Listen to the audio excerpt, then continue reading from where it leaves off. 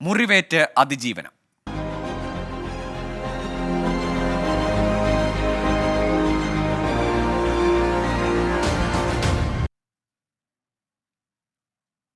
നടിയെ ആക്രമിച്ച കേസിലെ മെമ്മറി കാർഡ് അട്ടിമറിയിൽ രൂക്ഷമായി പ്രതികരിച്ച അതിജീവിത കോടതിയിൽ പോലും സ്വകാര്യത സംരക്ഷിക്കപ്പെട്ടിട്ടില്ലെന്നും കോടതിയിൽ നിന്ന് ദുരനുഭവം ഉണ്ടാകുമ്പോൾ തകരുന്നത് മുറിവേറ്റ മനുഷ്യരാണെന്നും സാമൂഹിക മാധ്യമത്തിൽ കുറിച്ചു.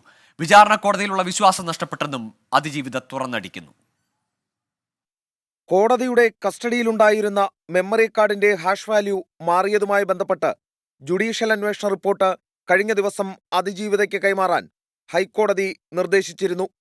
ഇത് ലഭിച്ചതിന് പിന്നാലെയാണ് രൂക്ഷമായ പ്രതികരണം ഉണ്ടായത്. കോടതിയിൽ പോലും സ്വകാര്യത സംരക്ഷിക്കപ്പെട്ടില്ലെന്നും കോടതിയിൽ നിന്ന് ദുരനുഭവം ഉണ്ടാകുമ്പോൾ തകരുന്നത് മുറിവേറ്റ മനുഷ്യരാണെന്നും അവർ സമൂഹമാധ്യമത്തിൽ കുറിച്ചു. തനിക്ക് മുറിവേറ്റപ്പോൾ അഹങ്കരിക്കുന്നത് മുറിവേൽപ്പിച്ച നീചരാണ്.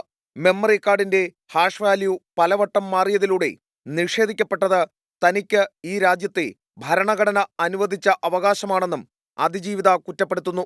അതേസമയം സത്യസന്ധരായ ന്യായാധിപരുടെ കാലം അവസാനിച്ചെന്ന് കരുതുന്നില്ലെന്നും നീതി കിട്ടും വരെ പോരാട്ടം തുടരുമെന്നും അൺഫെയർ ആൻഡ് ഷോക്കിംഗ് എന്ന തലക്കെട്ടിൽ എഴുതിയ കുറിപ്പിൽ അതിജീവിത വ്യക്തമാക്കി.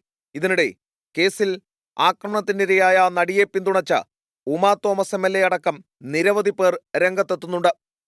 എസ് ശ്രീകാന്ത്, 24, കൊച്ചി.